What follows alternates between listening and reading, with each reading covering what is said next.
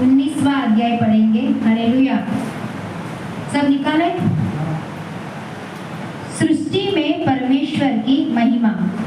आकाश परमेश्वर की महिमा का वर्णन कर रहा है और आकाश मंडल उसकी हस्तकला को प्रकट कर रहा है।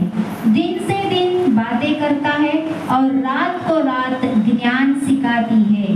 ना तो कोई बोली है और ना कोई भाषा जहाँ उनका शब्द सुनाई नहीं देता है। उनका स्वर सारी पृथ्वी पर गूंज गया है और उनके वचन जगत की चोर तक पहुंच गए हैं। उनमें उसने सूर्य के लिए एक मंडप खड़ा किया है जो दुल्हे के समान अपने महल से निकलता है। वह शूरवीर के समान अपनी दौड़ दौड़ने में हर्षित होता है। वह आकाश के एक सिरे से निकलता है और वह उसके दूसरे सिरे तक चक्कर मारता है और उसकी गर्मी सबको पहुंचती है। परमेश्वर की व्यवस्था।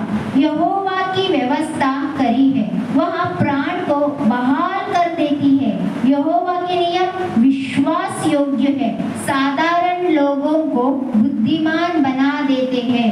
यहोवा के उपदेश सिद्ध है, हृदय को आनंदित कर देते हैं।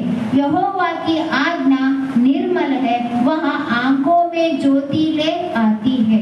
यहोवा का भय पवित्र है, वह अनंत काल तक स्थिर रहता है। यहोवा के नियम सत्य और पूरी रीति से धर्ममय है। वे तो सोने से और बहुत कुंदन से भी बढ़कर मनोहर है। वे मधु से और टपकने वाले चक से भी बढ़कर मधुर है।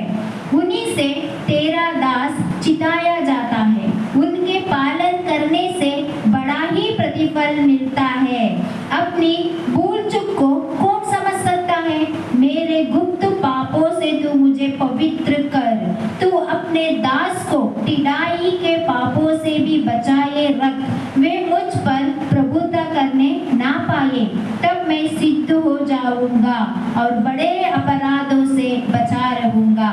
मेरे मुंह के वचन और मेरे हृदय का ध्यान तेरे सम्मुख ग्रहण योग्य हो। हे यहोवा परमेश्वर, मेरी चट्टान और मेरे उद्धार करने वाले। हालेलुया।